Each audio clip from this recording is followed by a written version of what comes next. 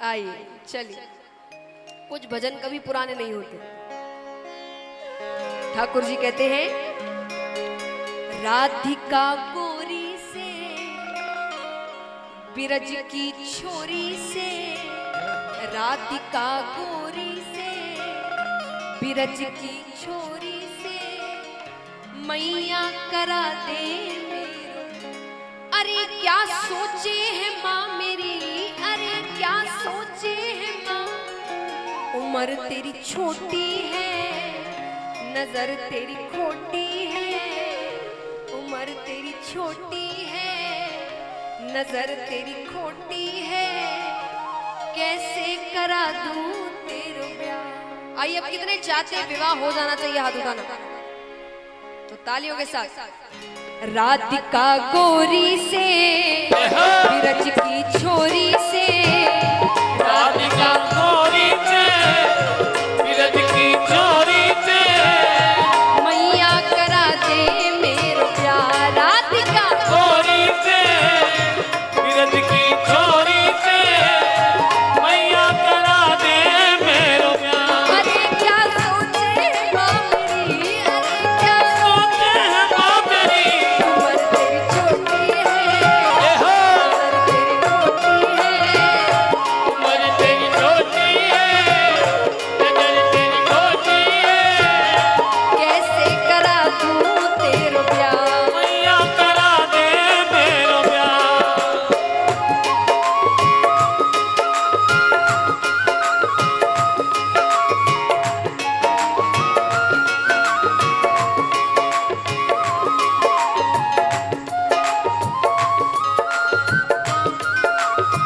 बोलिए राधे रानी की।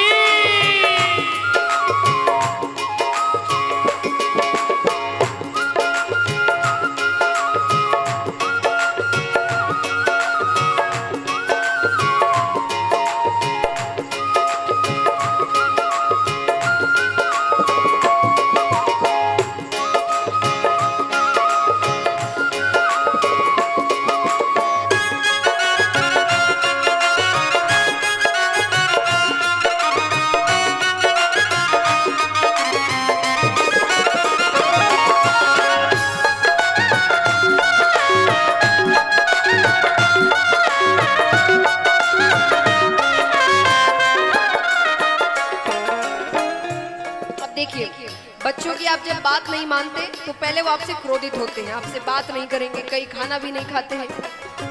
तो ठाकुर जी भी पहले धमकी दे रहे हैं, क्रोधित हैं कि धमकी का क्या असर होता है। भगवान कहते हैं, जो नहीं ब्याह करावे तेरी कैया नहीं चराऊं, जो नहीं ब्याह कराए तेरी गैया नहीं चराओ, जो नहीं ब्याह करावे तेरी कैया नहीं चराऊं, जो नहीं ब्याह कराए तेरी गैया नहीं चराओ, आज के बाद मेरी मैया तेरी थैली पर न आऊं। आज के बाद मेरी मैया तेरी दहली पर ना आओ,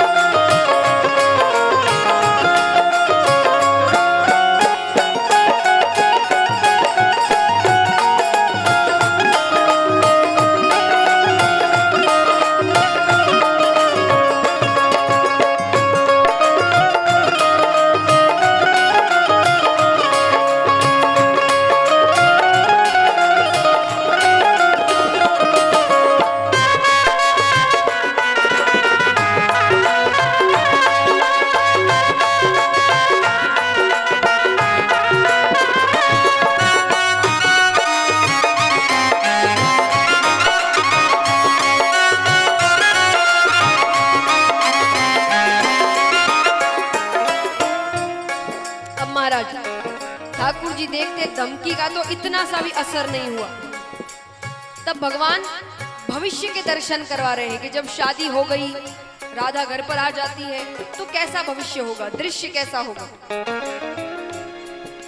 चंदन की चौकी पर मैया तुझको बैठा, चंदन की चौकी पर मैया तुझको बैठा, चंदन की चौकी पर मैया तुझको बैठा, चंदन की चौकी पर मैया तुझको बैठा, अपनी राधिका से मैं माँ चरण तेरे दबवाऊं, अपनी राधिका से मैं आचरण तेरे दबवाऊं, भोजन में बनवाऊंगा बनवाऊंगा 56 प्रकार के राधिका चोरी से विरज की चोरी से राधिका चोरी से विरज की चोरी से मैया करा दे मेरे प्यार। मैया करा दे मेरो प्यार।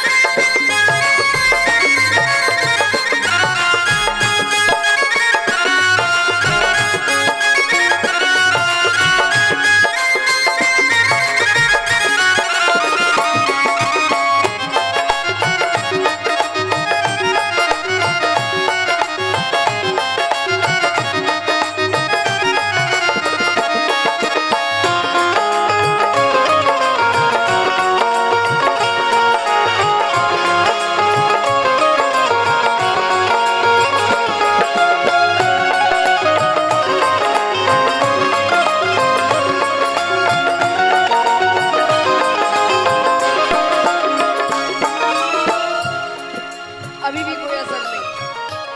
और भविष्य में जाते हैं, राधा घर पर आ गई, घर पे घूम रही है, कैसी लग रही है।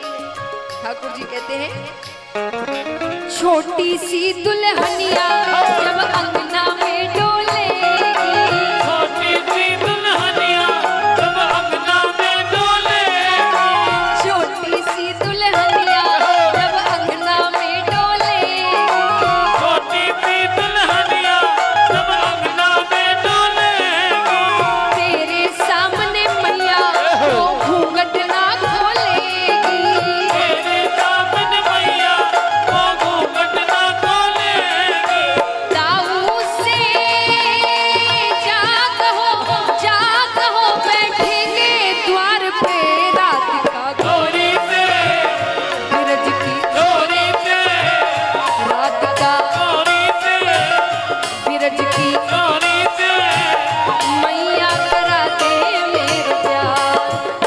अच्छा महाराज, अब किन किन को ठाकुर जी और राधा जी साथ में अच्छे लग रहे हैं, हाथ उठाना। तो तालियां एकदम जोरदार।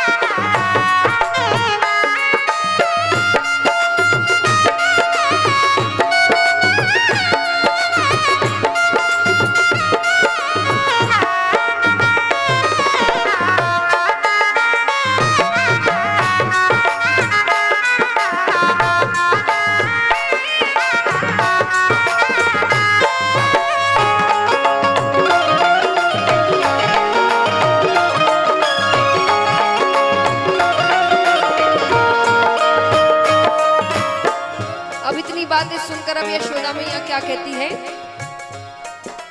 सुन बातें लाला की मैया बैठी मुस्काए, सुन बातें लाला की मैया बैठी मुस्काए, सुन बातें लाला की मैया बैठी मुस्काए, सुन बातें लाला की मैया बैठी मुस्काए, लेके बलैया मैया हिवड़े से अपने लगाए, लेके मलैया मैया हिवड़े से अपने लगाए, नजर कहीं लग जाए ना मेरे लाल को राधिका गोरी पे रज की गोरी पे राधिका गोरी पे रज की गोरी पे मैया करा दे मेरो प्यार। मैया करा दे मेरा प्यार, अरे क्या सोचे है माँ मेरी, अरे क्या सोचे है माँ मेरी,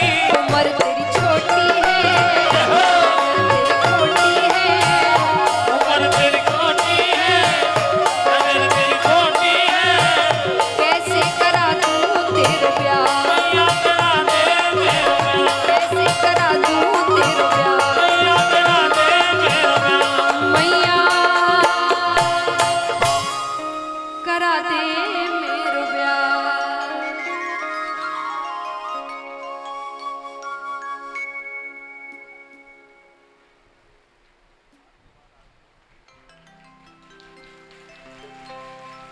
बोली राधे रानी की। तो महाराज इस प्रकार ठाकुर जी छोटी छोटी लीलाएं करते हैं। अब एक लीला आती है भगवान की, क्योंकि पहला प्रयास तो माखन चोरी का विफल गया था भगवान का। दूसरा प्रयास करते हैं। दूसरे प्रयास में फिर दोपहर का समय है, सब सो रहे हैं। अपने घर के माखन के कमरे में भगवान जाते हैं, मटकी अपनी ओर खींचते हैं, हाथ अंदर डालते हैं, नवनीत निकालते हैं और आज तो भोग भी लगा लिया। आज कोई नहीं आया। पहला भोग लगा, दूसरी बार हाथ अंदर डालते हैं, पीछे से आवाज आती है, कन्हैया। ठाकुर जी कहते सब सोते हैं दोपहर में सिवाय मैया के। अब क्या जवाब दे? फिर से माखन के कमरे में। इस बार तो वो कांच वाला बहाना भी नहीं चलेगा। जवाब नहीं देते। यशोदा मैया अंदर आकर कहती, कन्हैया कब से आवाज लगा रही हो, जवाब क्यों नहीं देता? ठाकुर जी कहते, मैया मैं एक बहुत बड़े समस्या के समाधान में लगा हुआ हूं। मैया कहती है, तुझे कौन सी समस्या है गई? समस्या तो बड़े बूढ़न को होवे। अरे ठाकुर जी कहते, मैया तूने जो सोने का कड़ूला धारण करवाया है ना हाथ में, इस पे जब सूर्य की किरण पड़ती है तो ये बहुत तपने लगता है, गर्म हो जाता है, जलन होने लग जाती है। तो एक अच्छे वैद्य ने बतायो कि माखन की तासीर ठंडी हो गई। तो मैया मैंने इसीलिए आकर माखन के हांडी में हाथ डाल दिया, तुरंत जलन चली गई। अब कन्हैया भूल गए कि उन्होंने भोग लगा लिया था। तो मैया कहती है, जलन तो यहां हो रही है। बोले हाँ। तो बोले माखन यहां कैसे लगा? क्या जवाब दे? पर ठाकुर जी तो हार मानने वालों में से है नहीं। भगवान कहते हैं, मैया इधर की जलन तो ठंडी है गई, पर शरीर तो एक ही है। अब यहाँ की जलन चढ़ते चढ़ते चढ़ते चढ़ते मुखड़े तक पहुंच गई, तो मैंने मुखड़े पर माखन लगा लियो। अब ठाकुर जी सोचे क्या पता पीछे से खाते हुए भी देख लिया हो। तो भगवान खुद चला कर कहते हैं, पर मुखड़े की जलन उधर तक पहुंच गई, तो मैंने माखन खा ही लिया। पर मोए माखन को लोभ ना है। यशोदा मैया कहती है, बलिहारी है तेरे चतुराई पर। धन्य है वो यशोदा मैया, नंद बाबा, गोपियां, ग्वाल बाल, जिन्होंने साक्षात भगवान की लीलाओं के दर्शन किए। वृंदावन की वो गलियां, गोकुल की वो गलियां, आज भी बड़े बड़े संत जब वहां जाते हैं ना, तो वहां की जो मिट्टी है, मिट्टी हम कहते हैं ब्रज रज है, उसमें लोटपोट होते हैं। वृक्षों से आलिंगन कर कर रोते हैं कि इन वृक्षों को, इस पर भगवान ने हाथ लगाया था, इस रज पर भगवान चले थे। तो महाराज अब एक दिन ठाकुर जी कहते कि मैया मैं अब बड़ा हो गया हूं तो मुझे गैया चराने जाना है। बच्चे जब बड़े हो जाते हैं तो कहते हैं ना हमें खुद अपने पैरों पर कुछ करना है। तो समय बदलता है, काम बदलते हैं, चीजें वही रहती हैं। वहां पर गैया चराना बड़ी बात थी, दूर दूर जाना पड़ता था। तो भगवान बड़े हुए तो भगवान कहते कि मुझे गैया चराने जाना है। यशोदा मैया कहती ठीक है चले जाना, लेकिन जूतियां पहनकर जाना, कांटे चुभ जाते हैं। ठाकुर जी कहते मैं जूतियां पहनूंगा तो जितनी गैया है सबके लिए जूतियां बनाओ। यशोदा मैया कहती कन्हैया पशु भी कभी जूतियां पहने? अब पशु शब्द सुनते ही भगवान रोने लग जाते हैं, बहुत रोने लग जाते हैं। रोने लग गए तो यशोदा मैया कहती क्या हुआ, मैंने ऐसा क्या कह दिया, कुछ गलत कहा क्या, क्यों रो रहा है? ठाकुर जी कहते मैया गैया को कभी पशु मत कहना, वो सिर्फ पशु नहीं है, वो माता है।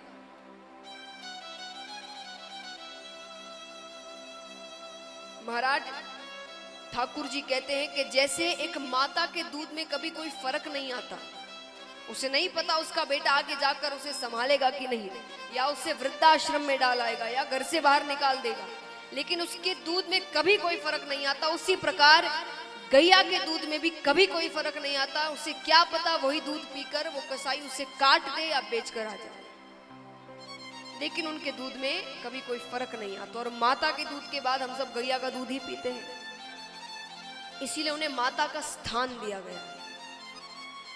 तो ठाकुर जी कहते मेरा नाम क्या है? गोपाल, गैयाओं को पालने वाला। मैं गैया की रक्षा नहीं करूंगा तो कौन करेगा? और महाराज सच में ठाकुर जी की बहुत लाडली है गैया। भगवान ने 24 अवतार लिए, तो क्या अवतार अपने मन से लेते हैं वो कि भाई चलो समय हो गया अवतार लेते हैं? जब पाप बढ़ने लगते हैं, भयंकर पाप बढ़ते हैं और पृथ्वी जब सह नहीं पाती उससे ज्यादा, तब वो भगवान के पास जाती है कि अब मुझसे और सहा नहीं जा रहा, आप इस युग को खत्म करिए, अब नया युग प्रारंभ हो, ये युग खत्म हो जाए। तो वो किस रूप, अपने असली रूप में नहीं जाती, वो गैया के रूप में जाती है, क्योंकि सब जानते हैं कि भगवान किसी को भी मना कर सकते हैं पर गैया को कभी मना नहीं कर सकते। इसलिए वो गैया के रूप में जाकर कहती है कि अब आप अवतार लीजिए, तब जाकर भगवान अवतार लेते हैं। तो महाराज कई जन कहते हैं कि हम घर पे तो गैया नहीं पाल सकते, इतना स्थान नहीं, ये नहीं वो नहीं, ठीक है, पर कम से कम गैया को रोटी तो दे सकते हैं, उनके लिए रोटी तो बनवा सकते हैं। यहाँ कितने हैं जिनके घर में गैया के लिए रोटी बनती है? हाथ उठाना। सभी के बनती, बहुत अच्छी बात। देते कितने हैं? देकर आते कितने हैं? आधे हाथ हो गए, वो डब्बे में रखी रह जाती है। कोई खुद अपने हाथ से भोजन लेने जाए भी तो कहते नीचे वाली मत लेना, वो गैया की रोटी है, तो डब्बे में रखने के लिए थोड़ी है, गैया को देकर आने के लिए है। तो इतना प्रयास तो हम भी कर सकते हैं भगवान को प्रसन्न करने के लिए कि जो रोटी बनाई है वो कम से कम गैया को खिलाकर आ जाए। तो महाराज ठाकुर जी कहते हैं गैया को पशु मत कहना। यशोदा मैया कहते नहीं कहूंगी, और तू जूतियां भी मत पहनना, रोना बंद कर। अब ठाकुर जी गैया चराने जाते हैं, गैया चराने गए हैं, गैया चराकर घर वापस लौट रहे हैं। वापस लौट रहे हैं तो बीच रास्ते में कुछ गोपियां मिलती है। अब गोपियां भी माखन दही बेचकर घर वापस आ रही है अपने, तो जरूरी नहीं कि रोजाना ही सारी हांडियां बिक जाती हो, कुछ बच भी जाती है। तो ठाकुर जी देखते हैं कुछ हांडियां बच गई है, तो ठाकुर जी गोपियों से कहते अरे गोपी एक दो हांडी हमऊ दे जा। गोपियां कहती कन्हैया तुझे माखन खिलाने का कोई लाभ नहीं हुआ। ठाकुर जी कहते इसमें लाभ कैसा? यशोदा मैया गोरी, नंद बाबा गोरे, बलदाऊ भैया गोरे, तू कहां से आ गया काला करूटा? इतना माखन तुझे कब से खिला रहे, हम माखन खिला रहे, यशोदा मैया खिला रही, फिर भी गोरा नहीं हुआ अभी तक।